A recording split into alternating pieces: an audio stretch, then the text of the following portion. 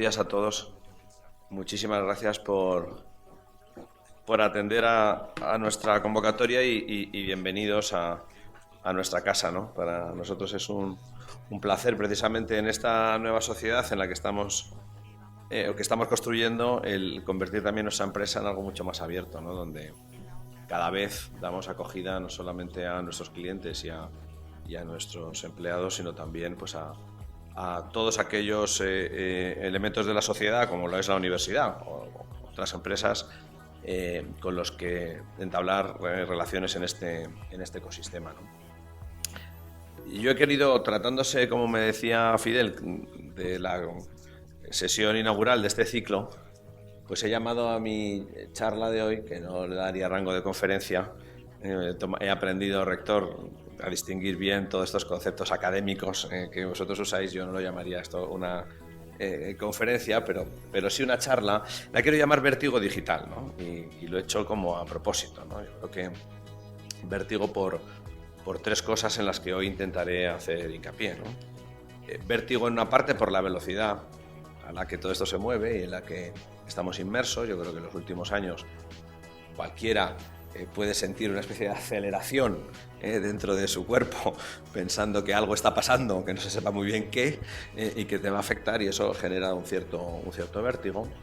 Yo creo que hay también vértigo porque por primera vez, o bueno, seguramente no es por primera vez, pero en esta generación en la que vivimos, la incertidumbre no es solo la política, sino la incertidumbre yo creo que va muchísimo más allá. Esta revolución digital en la que vivimos, yo creo que plantea muchos inicios, pero todavía no ha planteado ningún destino. Es decir, que el hacia dónde vamos y dónde acabaremos está por escribir, y eso pues a empresas que mueren, que nacen, que se transforman, pues les genera muchísimo vértigo, ¿no? Eso es parte también del trabajo que hacemos aquí en Accenture, en el que pues ya prácticamente el 40% de todo lo que hacemos en esta casa, 40% de 1.200 millones, que es lo que facturamos en España y Portugal, pues es mucho, se dedica a transformación digital, ¿no? Entonces, bueno, este vértigo también de hacia dónde vamos, pues es un momento interesante también de vivir. Y la tercera es porque,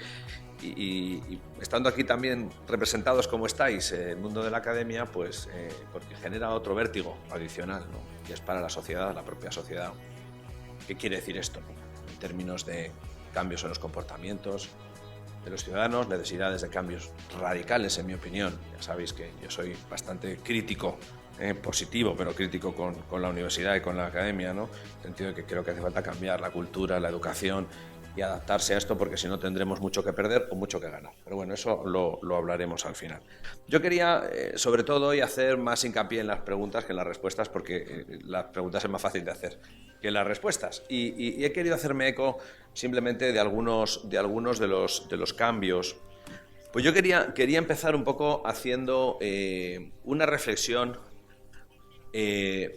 sobre dónde estamos, ¿no? Y cuáles son los elementos también que llaman la atención de esto que llamamos la revolución digital en la que estamos viviendo. Yo lo primero, y la verdad que puede resultar paradójico trabajando en una empresa altamente tecnológica como Accenture lo que voy a decir, pero es que yo creo que la revolución digital ya poco tiene que ver con la tecnología.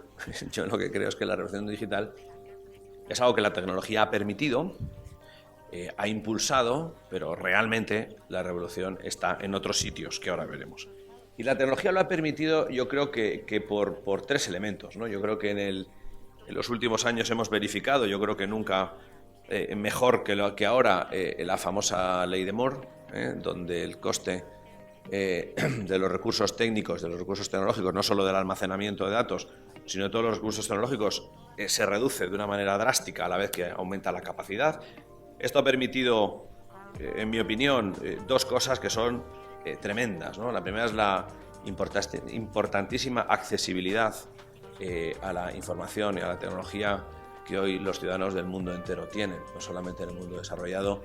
Es interesante ver países como Kenia, como la gente va descalza. Yo he tenido la oportunidad de estar hace un año aproximadamente allí, y la gente va descalza y con cubos de agua, pero el móvil lo lleva colgado, ¿no? Y ha generado nuevas profesiones, como unas señoras que están a los bordes de la carretera con una batería de coche y un cartel que dice cargue aquí su móvil, ¿no? Y esto es fundamental porque gracias a esto, hoy un país como Kenia, en la revolución digital y el abaratamiento de costes, pues permite que no solamente tengan un móvil, porque no lo usan para hablar, lo usan para pagar, para pagar. No tienen que hacer 40 kilómetros a pie, sin zapatos para llevar el dinero que han obtenido vendiendo leche o vendiendo cabras al lado de dejar a sus hijos con las abuelas. Ahora en el mercado pagan y compran con su móvil, los niños están con ellos y está cambiando totalmente la sociedad, es un gran paradigma del cambio. Entonces la accesibilidad para mí es un tema importantísimo. ¿Quién no tiene hoy acceso a banda ancha en su casa, o a banda súper ancha o a más ancha que nunca en su casa, y a un coste tremendamente aceptable y razonable? Y eso ha hecho, para mí, y luego profundizaré un poco sobre ese tema, eso ha hecho que se produzca otra paradoja, en mi opinión, que es algo que yo creo que, sobre todo desde el punto de vista de la educación y de la universidad en concreto, es un tema muy relevante. Yo creo que vivimos en una sociedad hoy en día que tiene más información que nunca, tiene más acceso a la información que nunca ha tenido y a un coste prácticamente despreciable, pero también creo que vivimos en una sociedad en la que se toman las decisiones más desinformados, ¿no? Quizá por ese exceso, ese aumento de información y sobre todo por esa pérdida del control, o control es una palabra muy fea, pero la garantía de calidad sobre esa información que circula en muchas de las redes en las que nos movemos. Pero luego, como digo, profundizaré en ese tema. El otro cambio, desde mi punto de vista radical, que ha producido la tecnología y que ha cambiado un poco el modo en el que vivimos y nos comportamos, es algo que ha hecho que los consumidores, la sociedad en general, cambie de forma radical sus comportamientos. Y es que la tecnología hoy ha permitido abaratar de una manera muy importante lo que yo llamo la personalización de a uno, ¿no? Es decir, hoy vivimos en una sociedad en la que las cosas se pueden personalizar hasta el nivel de una persona, un individuo, ¿no? Y eso es un tema absolutamente radical. Yo, que vengo del sector de la banca, pues claro, recuerdo no hace tanto tiempo, ya estaba yo trabajando, los bancos se dividían en dos unidades de negocios, ¿no? Mercado de capitales y banca comercial, o sea que ya un nombre hasta que nos suena hasta feo. Luego vinieron los segmentos, se hacía banca de empresas y banca de retail, luego ya se podía segmentar un poco más y se podía hacer pues varios segmentos, banca privada, más affluent y banca minorista. Hemos ido estrechando el nivel de personalización hasta que, bueno, la tecnología ha permitido hacer la personalización de a uno. La personalización de a uno está ahí. Es decir, hoy en día tú te puedes comprar unas zapatillas Nike que sean las zapatillas de Juan Pedro Moreno, porque tienen tu color, tu raya, o incluso aquí se pone su nombre, ¿no?, en la zapatilla. Pero no solo eso, es decir, yo creo que hay revoluciones muy pequeñas que apenas vemos, pero que la tecnología las ha facilitado y que son un poco el disparador de grandes cambios en la sociedad. Esa pequeña tontería, como que las latas de Coca-Cola lleven el nombre de una persona, es una revolución tecnológica porque se basa o se apoya en una manera de imprimir las etiquetas en las latas de Coca-Cola que se adapta, se customiza en tiempo real y de forma online y permite cambiar lo que esto es imprimiendo en la etiqueta. Evidentemente, ya me imagino, yo no soy ingeniero industrial, pero me imagino que no se cambia con cada lata, ponen un nombre, sino hacen 1 millón de Emilios y luego 1 millón de María Luisas. Pero lo cierto es que la tecnología lo que hace es adaptar en tiempo real el formato de impresión y no es necesario cambiar ni el patrón, ni el molde, ni la troqueladora, ni nada, porque todo esto se adapta en tiempo real, ¿no? Y eso es una revolución que está cambiando muchísimas o que está propiciando el cambio en el comportamiento de los consumidores que luego veré a continuación. El tercer elemento para mí importante es el cambio demográfico y generacional, ¿no? Yo me he fijado solo en un cambio, que es este, ¿no? Es decir, cuando la revolución digital, señores, es una cosa de estas nuevas generaciones, los millennials y tal. Bueno, pues no, yo creo que no se puede simplificar tanto. Yo creo que la revolución digital es algo que nos afecta a todos. Aquí he traído algunos datos, ¿no? Querámoslo o no, ya es un poco tarde, sobre todo para los que estamos aquí o para muchos de los que estamos aquí para cambiarlo. Dentro de muy poco, en el año 2050, el 40% prácticamente de la población española será mayor de 65 años. es decir, consumiremos productos y servicios, estaremos metidos en el cambio digital porque seguiremos utilizando móviles, iPads, pero tendremos 65 años, ¿no? Y eso hace que también todo esto cambie, ¿no? Es decir, que pensar que el tema de la revolución digital es algo que afecta a los millennials, pues es un error bastante grande. Yo siempre digo que hay un gran cambio en el que ya estamos inmersos por vivir cuando combinas lo que os decía de la personalización con esto, que es el de realmente entender que todos los segmentos de la sociedad están afectados por el tema digital. Siempre pongo el ejemplo de mi madre, que me encanta. Mi madre tiene un 70 y muchos, no digo de nativa digital porque sería mucho decir, pero ella ha aprendido sola. Ahora gracias a, entre otras cosas, a todos estos nuevos modelos como el de Apple, que bueno, pues no necesitas ni siquiera un manual de formación, pues ella ha aprendido sola a manejar su teléfono móvil, a manejar su iPad, a manejar su ordenador. Y bueno, no digo que es nativa digital, pero utiliza. Y siempre me hago la misma reflexión, ¿no? Tú entras, y de nuevo perdonadme que haga ejemplo siempre con la banca, tú entras en la web de cualquier banco y lo que ves es lo mismo, tengas 5, 25, 45 o 95 años.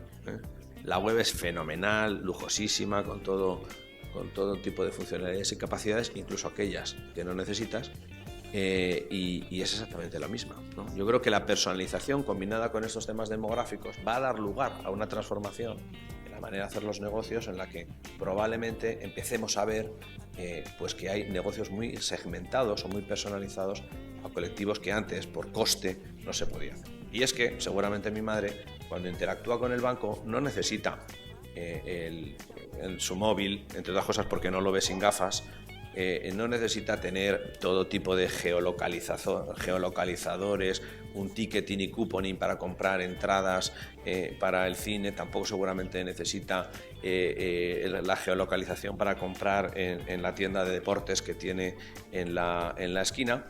Seguramente ya lo que le gustaría es tener en el iPad una cosa que dándole un botón se abría una ventanita y por un vídeo viera a su asesor en la sucursal, pudiera hablar con él, le presentara ahí sus ofertas y cuando le gusta y está de acuerdo, pues da un botón, acepta con la huella digital, lo lee y la operación está hecha y la evita ir a la sucursal. Y por lo tanto no pagar todos esos otros servicios que no utiliza y sentirme mucho más satisfecha con ese banco de las señoras mayores que le atiende. Esto no me lo he inventado yo, me lo proponía el presidente de Sumitomo Bank en Japón, ¿no? Que me decía, mi problema no son los millennials, mi problema es que el 60% de mi cuenta de resultados lo hago con señoras mayores de 70 años que les da miedo salir en Tokio a la calle y por lo tanto necesito algo que me permita hacer banca con ellas. Pero pensemos en cualquier otra cosa, en el hospital, ¿no? Y quizá mi madre lo que necesita es que alguien le dé la oportunidad de hablar con su médico en online, apretando un botón, tenerle ahí y explicarle sin necesidad de ir hasta allí.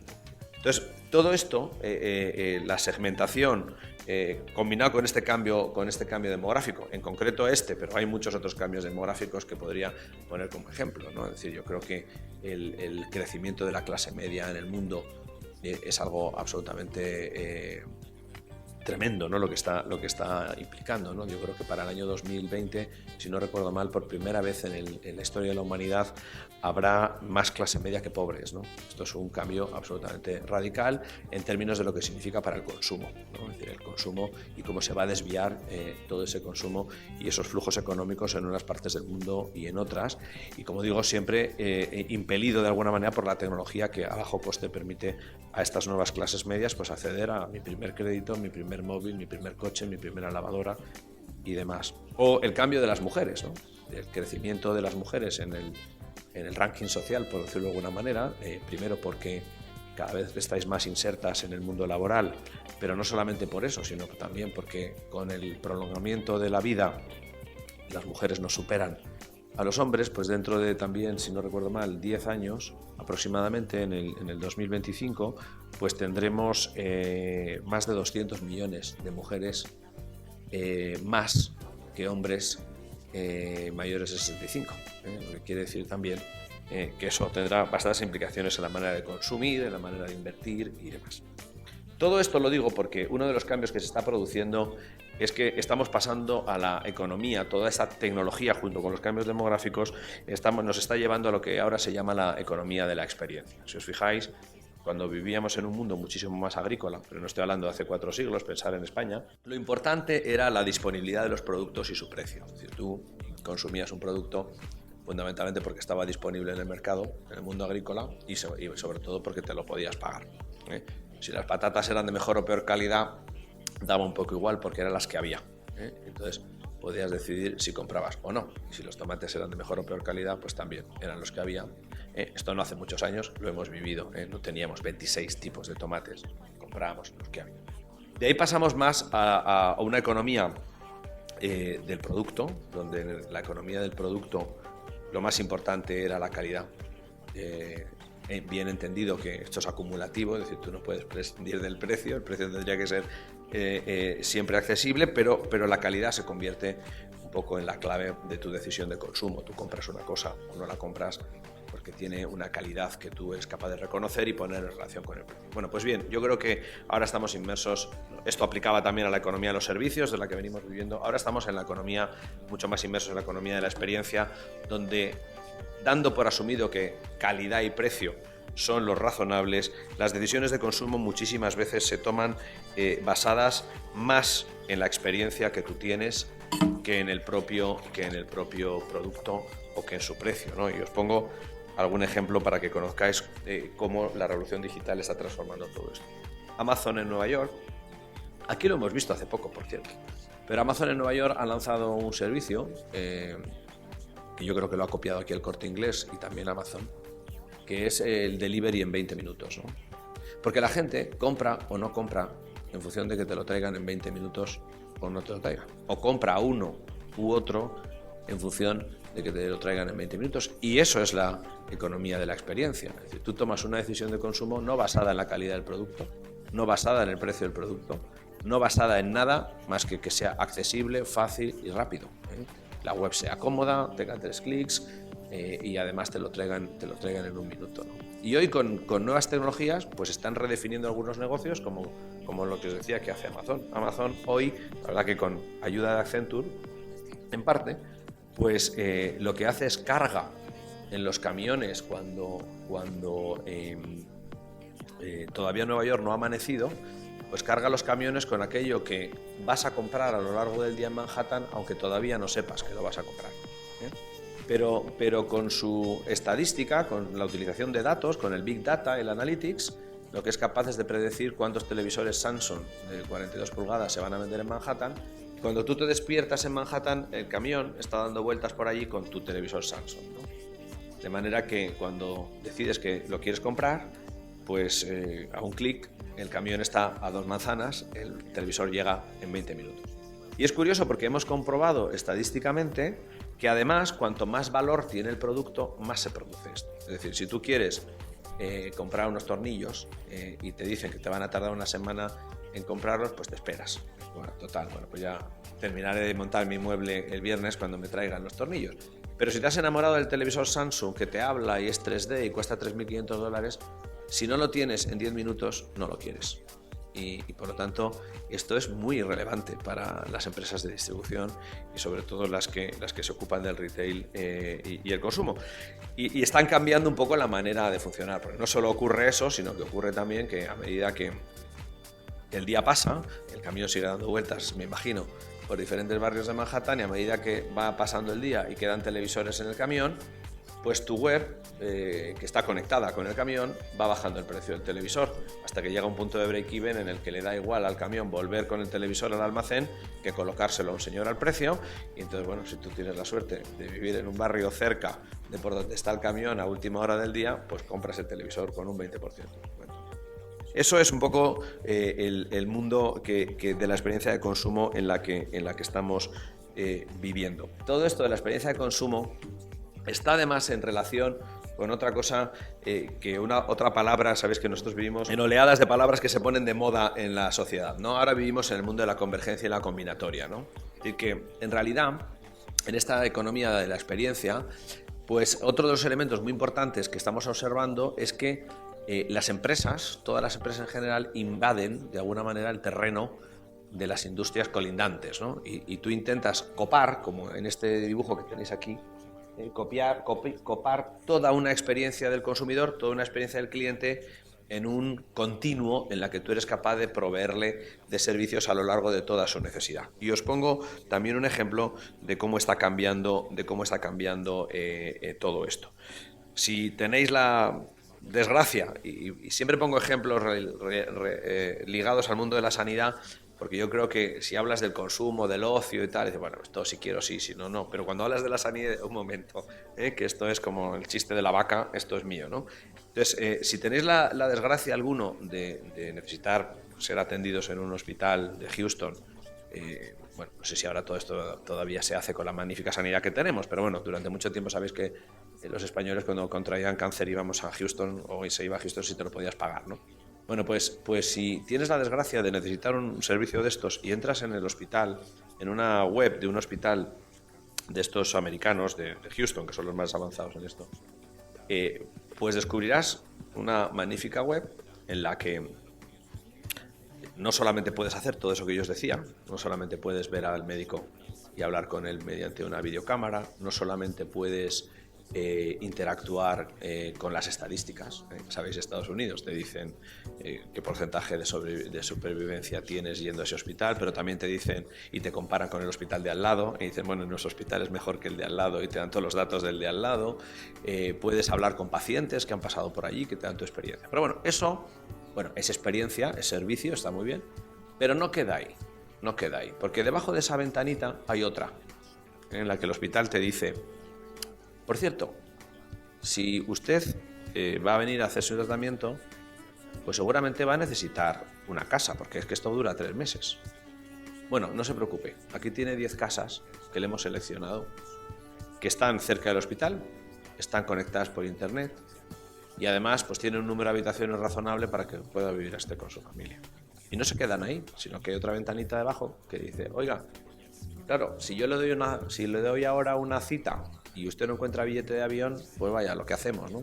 Le va a costar a usted $3.000 el avión y 150 la cita. Déjenos a nosotros que le buscaremos el billete de avión que casa exactamente con la cita que le vamos a dar, de manera que minimicemos su estancia y todo sea sencillo. Y luego hay otra ventanita y no se queda ahí y dice, bueno, todo esto son $300.000. No se preocupe, si necesita financiación, pues se lo vamos a dar. Y los pagos los vamos a hacer nosotros, los cambios de euros por dólares los haremos nosotros, pagaremos al de la casa, pagaremos al del avión, pagaremos al médico. Bueno, pues esto es un hospital, me diréis, pues el hospital se ha convertido ahora en una agencia de viajes y en una inmobiliaria y se ha convertido también en un banco.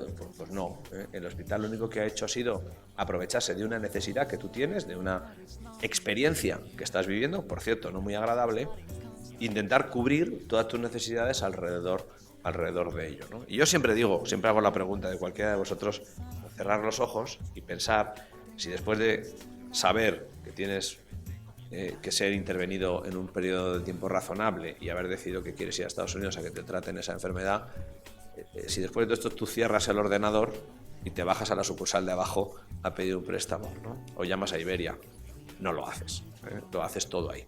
Y eso lleva a un cambio muy importante que luego mencionaré, porque creo que es uno de los retos que tienen las empresas en el futuro.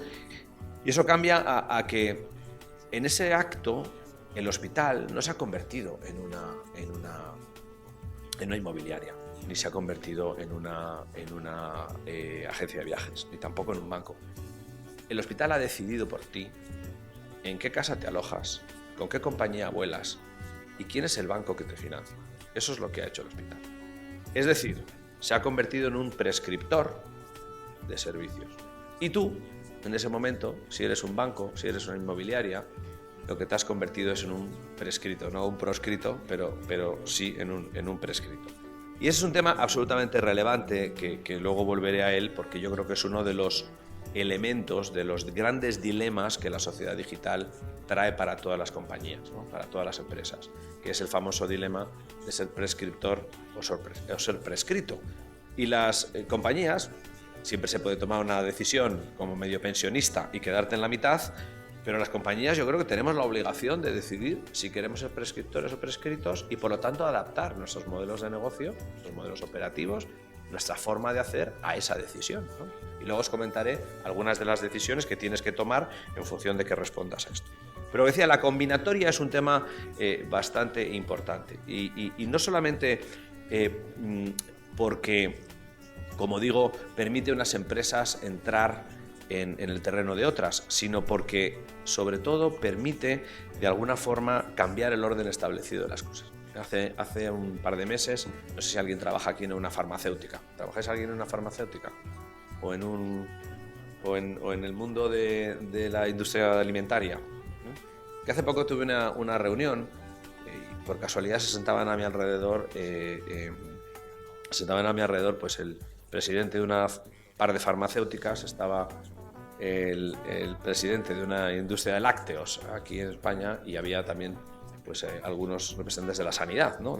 Y por hacer la broma, como estábamos ahora, bueno, alguno me dijo, bueno, esto está muy bien, todo esto que me estás contando en la revolución digital, perdona, yo fabrico yogures, ya me contarás tú los yogures, cómo me van a cambiar a mí la vida en la revolución digital, cuando esto va más de biología y de industria alimentaria que de tecnología, ¿no?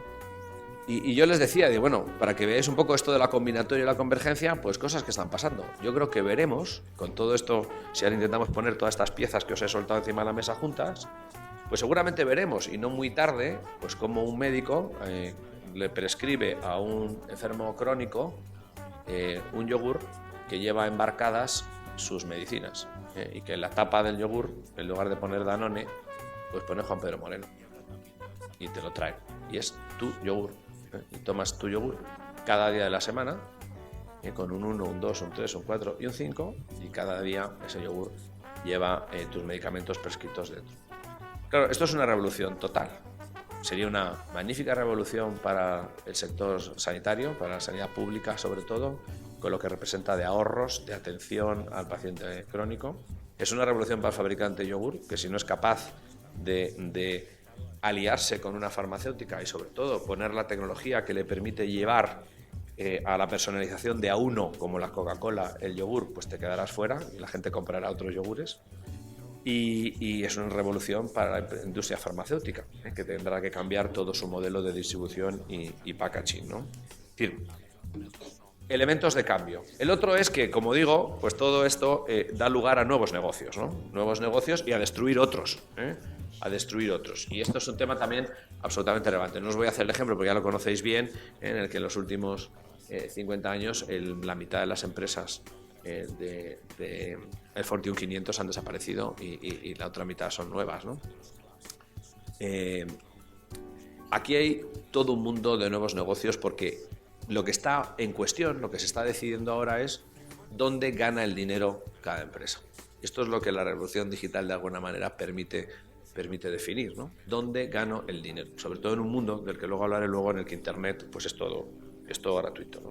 Y os pongo otro ejemplo aquí, ¿no? Es decir, tenemos algún cliente nosotros, aquí en Accenture, en España además concretamente, a un cliente nuestro en el mundo de la sanidad que también se plantea comprar hospitales. Ahora habéis visto que todo el mundo de la sanidad, sobre todo la privada, está sometida permanentemente a un cambio de fusiones y adquisiciones como yo no había visto en mi vida, y en realidad es porque todo el juego está cambiando, ¿no? Entonces el otro día también hablaba con el presidente de una de estas empresas de sanidad con el que trabajamos, que está intentando comprar, o está muy interesado en comprar un hospital aquí en Madrid que está altamente especializado en temas de cáncer, ¿no?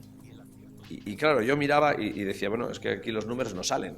Es decir, que la compra de este hospital no veo el business case. O sea, le decía yo, no salen los números. Y él me decía, ya, es que yo no compro el hospital porque salgan los números. O sea, yo compro el hospital porque mi negocio consiste en que el nivel de enriquecimiento que la compra de este hospital representa para los datos que yo acumulo de todos mis pacientes es tal que el valor de venta de mis datos a las farmacéuticas y a las empresas asociadas que necesitan de mi información para sus experimentos clínicos, para sus procesos de investigación, es tal que a mí me da igual si el hospital gana o pierde dinero, porque yo gano dinero con otra cosa, que no es la operación del hospital. La operación del hospital, con que no pierda mucho, ya me vale. Yo lo que quiero aquí son los datos, ¿no? Y como veis, pues esto está dando lugar, este es un ejemplo, digo, siempre los pongo en la sanidad porque creo que nos tocan más, pero está ocurriendo en todos los sectores, ¿no?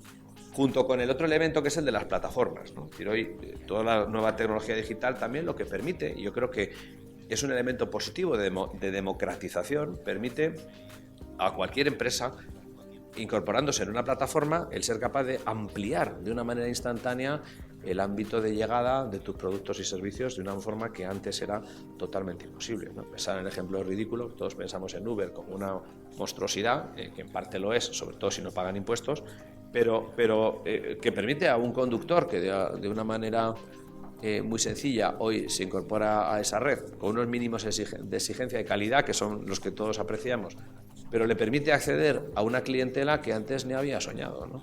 Y antes un conductor como un autónomo o un individual pues era incapaz de acercarse a que cualquiera de nosotros, por ejemplo, si vivía el hombre en Coslada, pues sería muy difícil que nosotros le llamáramos desde aquí para que nos llevara, o sería un boca a boca. Hoy, formando parte de la plataforma, pues permite que su producto, su servicio, sea comercializado de una manera absolutamente transparente a un universo de consumidores que él nunca esperaba alcanzar y de una manera continua, ¿no? Es decir, la llegada de las plataformas es un elemento también importantísimo, ¿no? que cambia o revoluciona de una manera muy importante la manera de hacer los negocios. No puedo seguir sin hablaros de los robots, ¿no? Los robots me hace gracia porque, claro, con esto puedes hablar desde con tus sobrinos hasta con un premio Nobel, ¿no? Pero los robots han llegado para quedarse, ¿no? Yo tengo aquí mi teoría, esta de que desde que apareció la famosa película Minority Report, lo que ha hecho el mundo es cambiar también. Es decir, durante 100 años de cine la realidad las películas imitaban a la realidad. Veíamos las películas del oeste que nos explicaban cómo se conquista el oeste, cómo se conquistaba el oeste, o el Coloso en llamas que nos explicaba cómo un edificio se había quemado de otro de los tantos, o como el Titanic se hundía. Pero con la llegada de Minority Report se ha dado la vuelta a la tortilla y hoy es la realidad la que imita a la ficción, ¿no? Y cualquier cosa que inventa una película, al poco tiempo, enseguida hay quien intenta imitarla. La llegada de los robots es un tema absolutamente imparable en sus múltiples formatos. He puesto este, que es el gracioso, ¿no? Pero los robots son cosas que ni vemos. Yo aprendo muchas cosas en la autónoma, sobre todo con la gente de medicina, con los nanobots y todas estas cosas. Nosotros en el mundo, en Accenture, hemos implantado ya 22.000. Es decir, que esto de los robots no es que sea una cosa así tal. Hemos implantado 22.000 robots. Y los robots es una cosita que yo siempre me pregunto, ¿y cómo no hemos inventado esto antes? Pues es un programa de software, en definitiva, que lo que hace es mecanizar tareas que haría un ser humano pues con mucho más tiempo. Y sobre todo que no lo hace ni 24 horas al día ni 7 días a la semana, ¿no? Entonces nosotros implantamos muchos robots, por ejemplo, que hacen trabajos administrativos, ¿no? Es que abren una ventana en un sistema, ven que hay que pagar una factura, buscan si el servicio se ha prestado o no, escriben las entradas de la contabilidad para que ese pago se contabilice, dan la orden de pago, saben las passwords de los bancos y en un momento lo han resuelto, y eso lo hacen 24 horas al día, 7 días a la semana. De esos robots hay muchísimo ya, y yo creo que es una revolución que veremos y que tiene implicaciones también muy serias, ¿no? En la manera en la que educamos y formamos a la gente y también en la manera en la que gestionamos la sociedad, y luego comentaré un poco de eso. Otra cosa es la inteligencia artificial, ¿no? La inteligencia artificial va muchísimo más allá, no se trata de hacer tareas administrativas, sino que se trata de permitir que un organismo, digamos, no vivo sea capaz de procesar información y tomar decisiones que no están programadas en un programa informático, ¿no? Y eso es algo que estamos viendo y que ya. Os voy a contar una anécdota para que veáis la inteligencia artificial también a qué nivel está. Ahí, desgraciadamente, la inteligencia artificial no está al acceso o al alcance de todo el mundo todavía, y por lo tanto tendrá un desarrollo algo más lento, porque aquí la ley de Moore todavía no ha aplicado suficientemente y es algo que es muy caro, aunque es tremendo. Tengo aquí unos datos de que un robot costaba $500.000 en el 2007.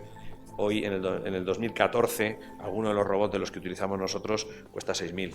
Es decir, que también se ha producido una reducción muy importante. Lo cierto es que la inteligencia artificial es otra cosa. Yo os decía, os voy a poner dos ejemplos, ¿no? Os voy a poner el ejemplo de mi sobrino, que tiene 10 años, que estuvo hace poco aquí en la oficina, porque me lo tenía que llevar de viaje, y nosotros aquí justo debajo de donde estamos tenemos un pequeño laboratorio con robots, un robot que se llama Piper, no sé si lo habéis visto, mide como 1,50, es muy torpe andando, es mucho más listo que hábil, ¿no?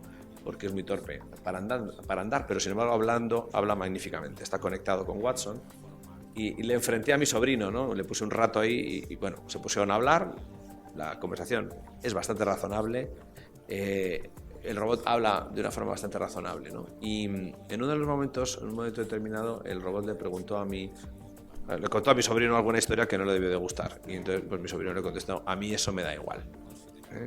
Y siguió la conversación. Entonces, bueno, después de un par de minutos, yo le dije a mi sobrino, bueno, vámonos, dile adiós, ¿no? Entonces, pues mi sobrino le dijo, adiós, Piper, me voy. Y el robot le dijo a mi sobrino, adiós, Alberto, aunque te dé igual, me ha gustado mucho hablar contigo. Bueno, fijaros si hay inteligencia artificial y qué quiere decir la inteligencia artificial, ¿no? Es decir, cómo es capaz de captar un ordenador la ironía, guardarla, procesarla y devolverte la bola, ¿no? Bueno, esto es una realidad que ya existe y que yo la he vivido en mis propias carnes. Pero hay muchas más cosas ligadas con la medicina que nos van a pasar y que ya estamos viendo. Todos conoceréis, o algunos podéis conocer, la experiencia en la Universidad de Stanford, donde lo que se ha hecho ha sido colocar un robot, por supuesto no así, es más una máquina con una pantalla. Se ha puesto un robot que con inteligencia artificial y con el otro elemento que cambia radicalmente, que es el Big Data y Analytics, lo que hace es atiende a pacientes en primera consulta cuando llegan al hospital. Es decir, que tú llegas sin haberte hecho ningún diagnóstico clínico, sin absolutamente nada, porque te duele algo o porque te sientes mal o por lo que sea, y se lo explicas primero a un médico, le cuentas lo que te pasa y el médico, bueno, pues hace un primer diagnóstico preliminar de lo que cree que puede ser y te recomienda o te receta, digamos, unas pruebas que tiene que hacer. Y este paciente voluntariamente luego pasa a otra sala donde hay un robot y hace lo mismo. Le cuenta al robot y el robot también pues, te diagnostica inicialmente y te receta una. Bueno, la sorpresa, la menos sorpresa, es que en un 48% de las ocasiones el robot y el médico dicen lo mismo. Lo cual, pues está bastante bien, ¿no? Lo raro es que pasa en el 52% restante, ¿no? Entonces, en el 52% restante, el 70 y tantos por ciento, no recuerdo los datos de memoria, de las veces el robot obviamente tiene razón. Mientras que solamente en un 6 o un 7% el médico lo tiene. Claro, y me diréis, bueno, ¿y el resto qué pasa? Porque los dos se equivocan, pero bueno, es tan humano como robótico el equivocarse. Claro, esto plantea algunos temas un poco deontológicos, ¿no? Es decir, ¿con qué confianza tú te vas a plantar? Porque es respuestas que tendremos que dar. ¿Con qué confianza te plantarás delante de un hospital o delante de un robot en el Ramón y Cajal? Que cuando entras en urgencias, bueno, en urgencias seguramente no será, pero en las consultas, dicen, no, antes de pasar al médico hable usted con el robot. Bueno, también hemos vivido aquello de que hay que pasar por el médico de cabecera antes de ir al especialista, ¿no? Entonces, claro, esto yo siempre digo que plantea unos retos muy importantes. No solamente la tecnología lo permite y es cara todavía para implantarla a gran escala, es que ni la legislación ni el marco social están preparados para eso, ¿no? Y yo creo que ese es uno de los grandes retos de la revolución tecnológica que estamos viviendo, que no va a la misma velocidad el cambio en la tecnología y en la sociedad y el cambio realmente en la infraestructura de las propias sociedades, ¿no? Lo que es simplemente el marco regulatorio, legislativo. Recientemente habréis visto que el Tribunal Supremo de los Estados Unidos ha equiparado a Google como un conductor más, con los mismos derechos y obligaciones que un conductor, ¿no? Bueno, ya sabéis que el mercado americano en esto va siempre muy por delante y esto ha abierto otro melón muy distinto, entonces quién es el responsable, quién es el tomador del seguro y todas estas cosas. Pero bueno, lo cierto es que hay avances, ¿no? Hoy en día aquí el entramado jurídico impediría que cualquiera de estas cosas, como bien sabéis, pues tengan lugar. Pero la llegada de los robots es algo absolutamente imparable, con muchas formas. Estos pues llegarán, seguramente nosotros no los veremos, pero seguramente lleguen también. Los que hay hoy en día no es necesario ni que sean guapos, pero sí con que sean listos ya nos vale. Todo esto, lo que está permitiendo desde mi punto de vista, son tres cosas que hacen que la sociedad cambie de manera rápida. Yo creo que cuando juntamos todo esto hay tres elementos que cambian y que hacen que las empresas nos tengamos que replantear el mundo de otra manera. Lo primero es que todo esto hoy permite una fácil disrupción, más que nunca. Es decir, tú hoy, yo siempre pongo el ejemplo, que esto no es un invento de hoy, como Barrabés, esta tienda de deportes de Huesca, pues utilizando internet llegó al mundo entero, ¿no?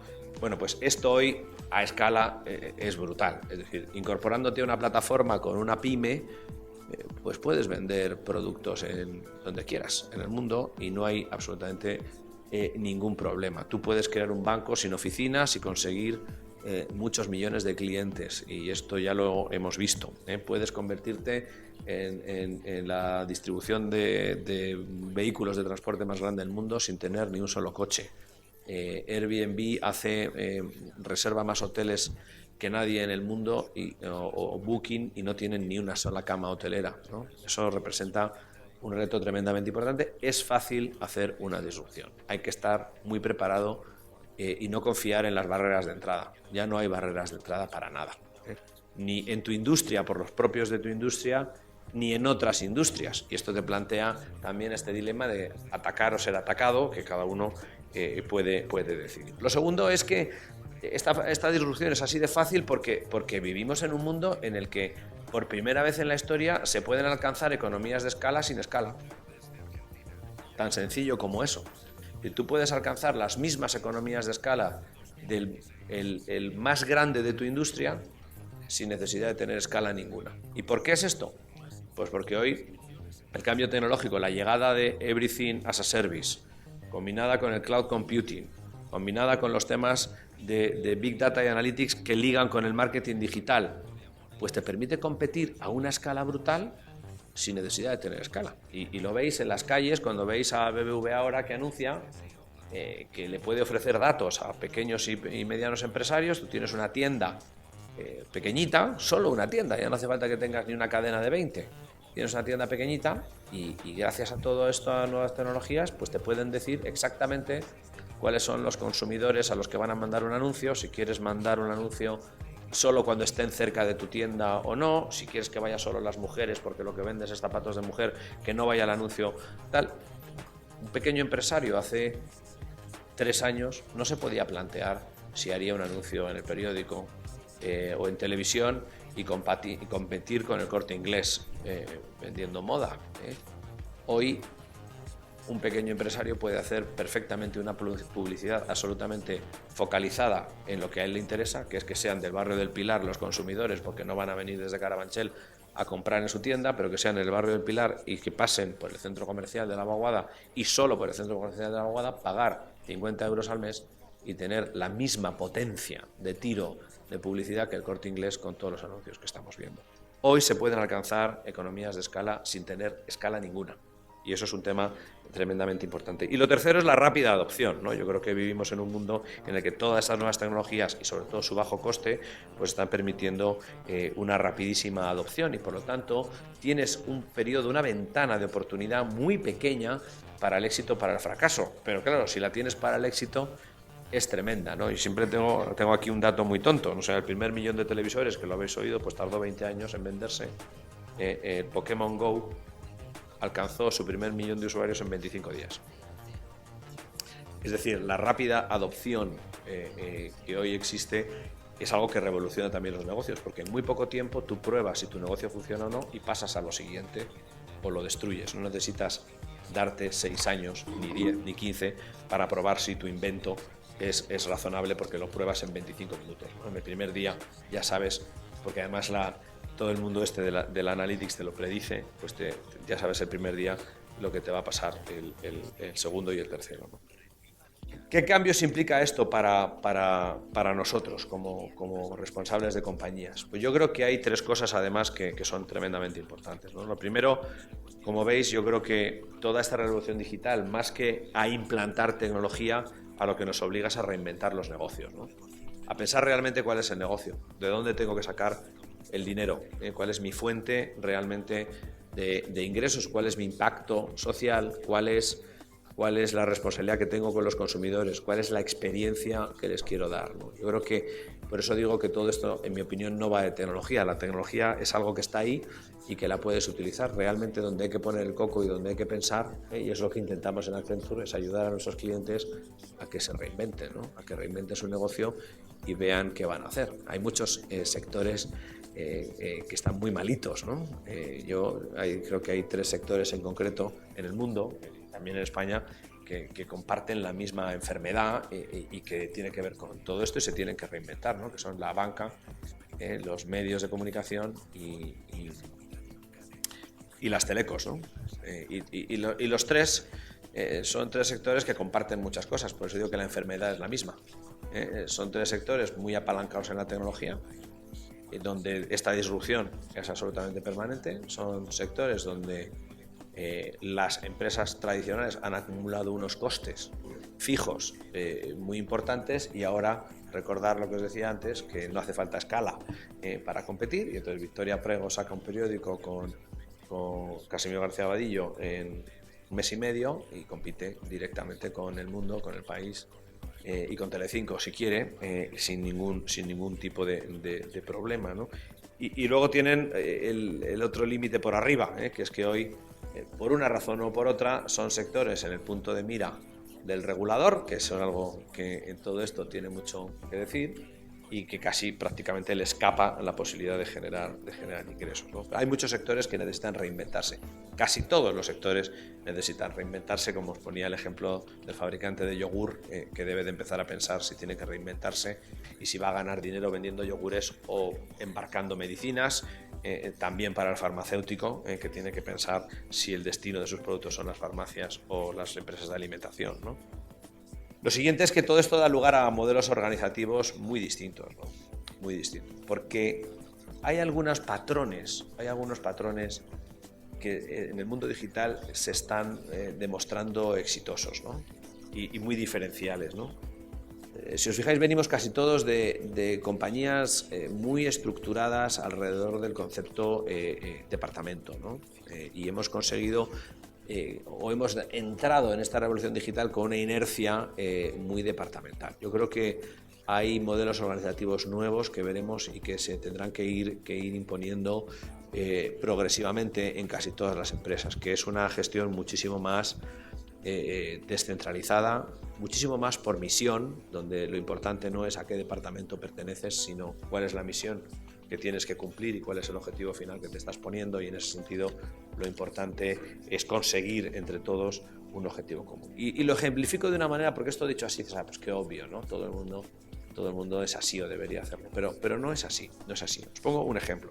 Cualquier empresa que queráis poner, por ejemplo, sobre todo yo creo que las grandes aún más, tú creas un proyecto, cualquiera que sea el proyecto que tú quieras definir, inmediatamente te encontrarás que cada uno de estos, si lo hacen bien, algunas ni siquiera hacen esto bien, pero si lo hacen bien, cualquier compañía lo primero que hace es crear un equipo, esto que llamamos ahora los equipos multidisciplinares, donde colocas a uno de marketing, colocas a uno de legal, colocas a otro de producción, un comercial, y los pones a trabajar juntos.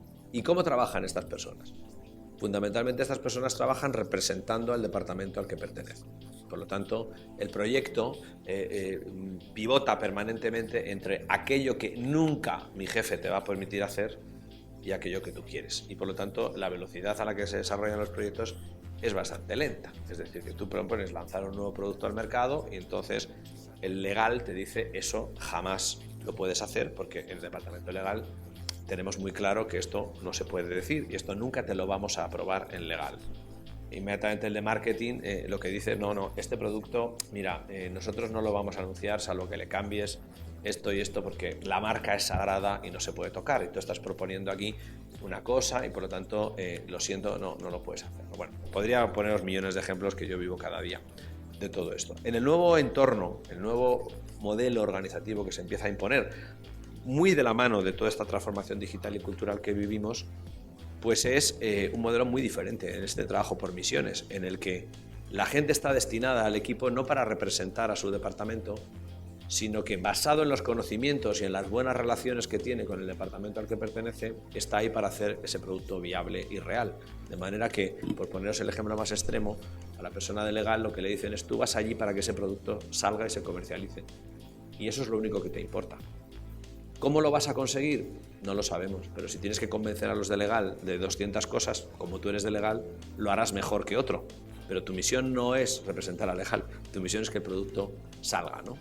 Ese cambio de mindset, ese cambio de forma de pensar, tiene muchísimo que ver con la educación y la formación que la gente recibe. Y luego es otra cosa que no tiene que ver tanto, no tiene tanto que ver como muchos intentan decir, con el tema de las generaciones, ¿no? Con el tema de que los jóvenes piensan diferentes y trabajan diferente. Yo creo que uno de los retos, que es lo que pongo aquí de la workforce del futuro, yo creo que uno de los retos a los que nos vamos a enfrentar es que por primera vez también en la historia seguramente vamos a tener a 4 generaciones trabajando juntas. Los que vamos a terminar con 67, 68, 69, 70 y 75 trabajando, y los que se incorporan al mercado de trabajo con 22, y en medio pues otros 2, ¿no? Eso va a ocurrir, está ocurriendo ya. Y eso va a hacer que muchos de los sesentones y setentones tendrán equipos de chavales de 22 años y tienen que convivir con ellos, pero también ocurrirá que muchos de 60 tendrán jefes de 24, ¿sí? Y eso hay que hacerlo compatible y hay que hacerlo. Yo todo esto lo junto en un concepto que llamo el empleado líquido, ¿no? Yo creo que vamos a un modelo en el que a la gente se la va a seleccionar y se la va a promover por algo que no es solo su capacitación técnica, sino sobre todo va a ser por la capacidad mucho más social, ¿no? De la capacidad de relacionarse, gestionar entornos complejos, ser creativo, traer innovación, ser flexible, cambiar múltiples veces de actividad. Yo creo que esos van a ser los elementos diferenciales del trabajador del futuro. Y eso, desgraciadamente, aprovechando que la comunidad académica está aquí bien representada, es algo en lo que la universidad no hace especial hincapié. Y yo creo que es un tema absolutamente importante. Yo creo que viviremos, espero verlo, algo en lo que nadie se puede graduar en nada si no es capaz de hablar inglés perfectamente.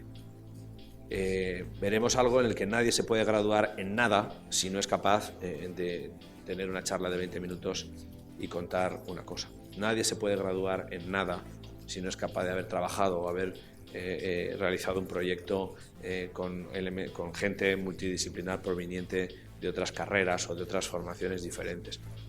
Ya sé que es una revolución, porque igual que en las empresas, yo creo que en las universidades seguramente habrá que romper también los silos. Igual que unas empresas se meten en las industrias de las otras, pues unas facultades seguramente tendrán que empezarse a meter en las facultades de al lado, ¿no?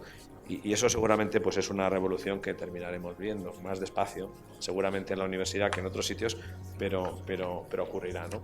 Y es que también nos va a llevar, y ya con eso acabo, a que el mundo cada vez más va a estar en manos de un debate que es nuevo. O sea, habéis visto que os he puesto delante de varios debates, ¿no? Ser prescriptor o ser prescrito, ser disruptor o ser disrumpido, si es que se puede decir así.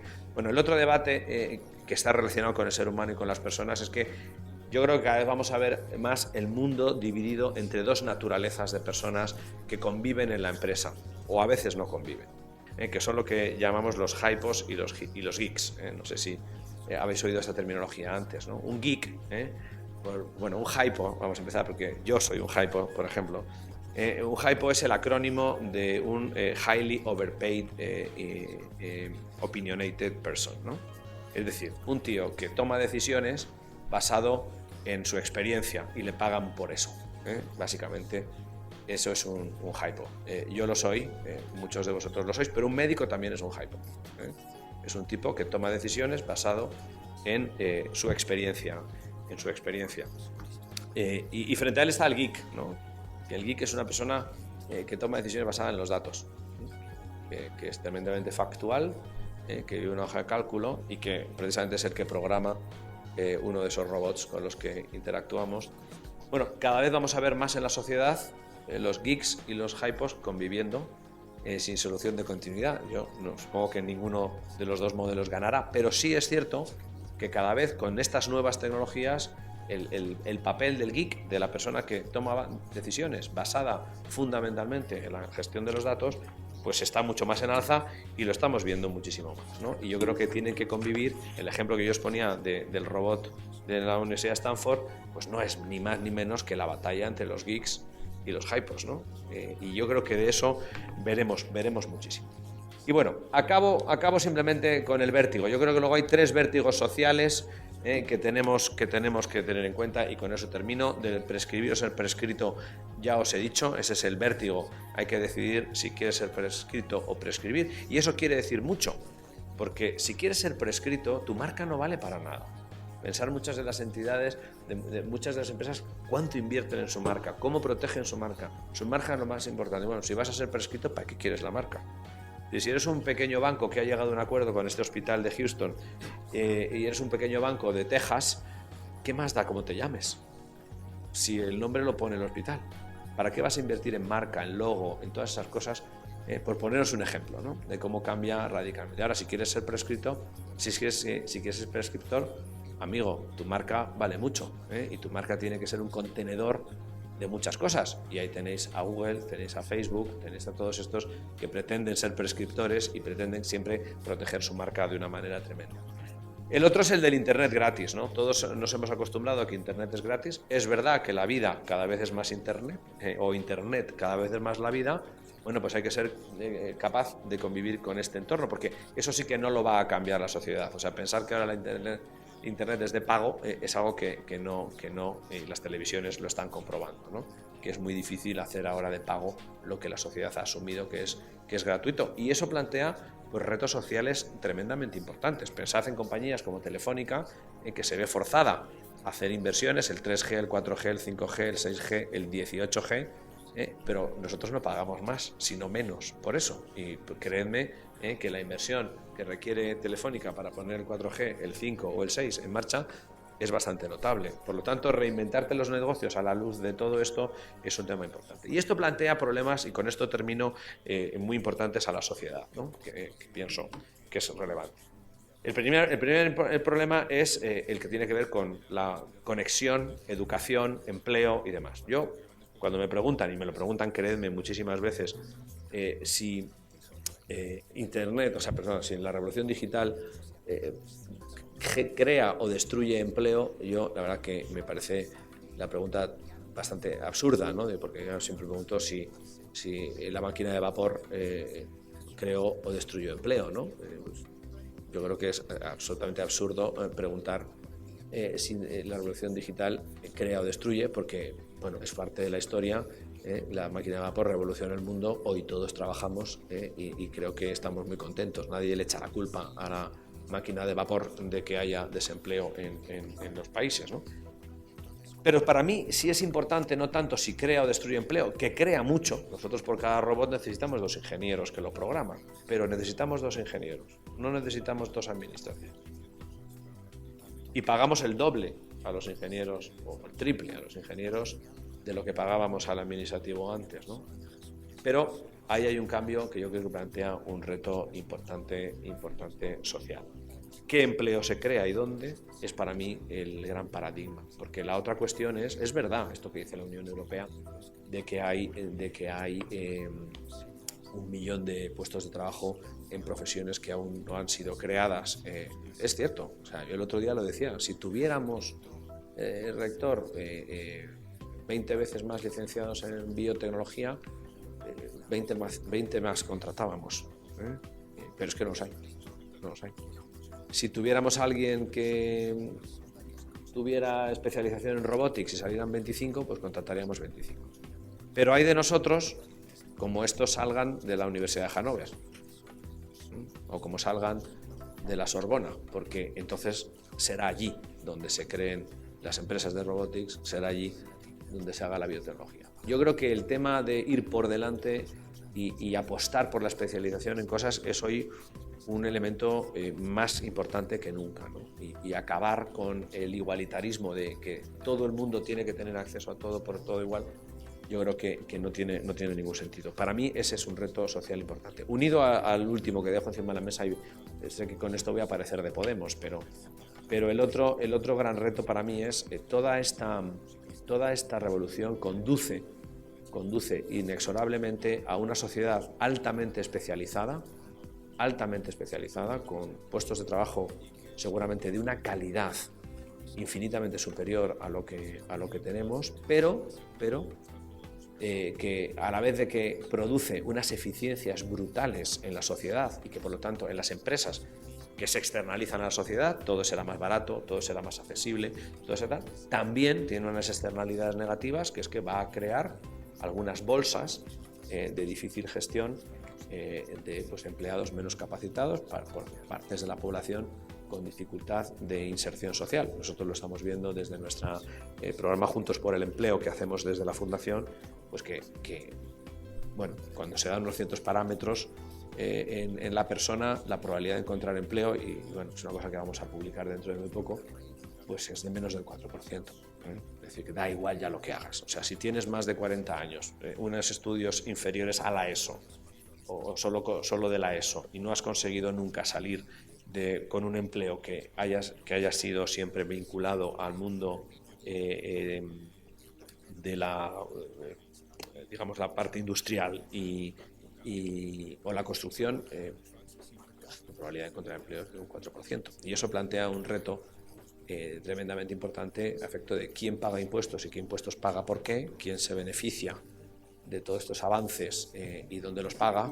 Y bueno, algunos de estos debates los vais viendo en la tele, pero yo creo que en los próximos años esa es una de las claves más importantes de esta revolución. Bueno, y con eso acabo. Muchísimas gracias por escucharme. Como veis, pues yo hago más preguntas que respuestas, ¿no? Pero es que se trata de eso, ¿no? De preguntarse, y todo esto a mí, cómo me afecta, cómo me cambia. Nosotros nos hemos hecho la pregunta, y algunos de los que nos conocéis desde muchos años habréis visto que Accenture ha cambiado de una manera muy radical en los últimos 2 o 3 años, porque nos hemos hecho la pregunta, ¿qué queremos ser nosotros también con esta revolución? Y eso nos ha llevado a cambiar muchas cosas. Hemos cambiado las oficinas, que no es que sean más bonitas o más feas, es que simplemente son diferentes.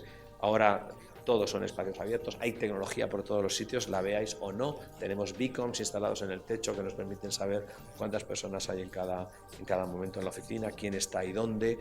Nuestros empleados tienen en sus teléfonos móviles aplicaciones que les permiten, pues desde asesorarles sobre qué comen y cómo cuidar su salud en el trabajo, hasta hacer una fotografía de una cosa que está rota para que inmediatamente lo vengan a arreglar. Es decir, hay todo un cambio en la manera de operar y trabajar, que además transmitimos a nuestros clientes. Nosotros, en este momento de, como decimos, de disrumpir o ser disrumpido, si es que se dice así, hemos optado por ser algunos de los disruptores y sobre todo de ser prescriptores. Y nuestra idea ahora en Accenture es no decirle a nuestros clientes lo que tienen que hacer, sino hacer que nuestros clientes vean lo que hacemos nosotros, ¿no? Y que quieran ellos también, ¿no? Y ese es el camino que hemos tomado y un poco la razón también por la que estáis hoy aquí, porque uno de los caminos que yo he emprendido de forma totalmente convencida es que las empresas tienen que ser tremendamente abiertas y tienen que estar absolutamente conectadas con todo con un ecosistema en el que co-creas y produces conjuntamente con clientes, con universidades, con startups, con lo que sea. Estás creando permanentemente cosas nuevas. Y bueno, pues este es un ejemplo más. Gracias, Fidel, por darnos la oportunidad de traerlo aquí, y gracias, rector, por venir, como siempre, a nuestra casa, porque este para mí es un elemento, o sea, tiene más trascendencia de lo que parece el que os hayamos invitado. Es la primera vez también que invitamos a hacer algo así de esta envergadura. Muchísimas gracias a todos.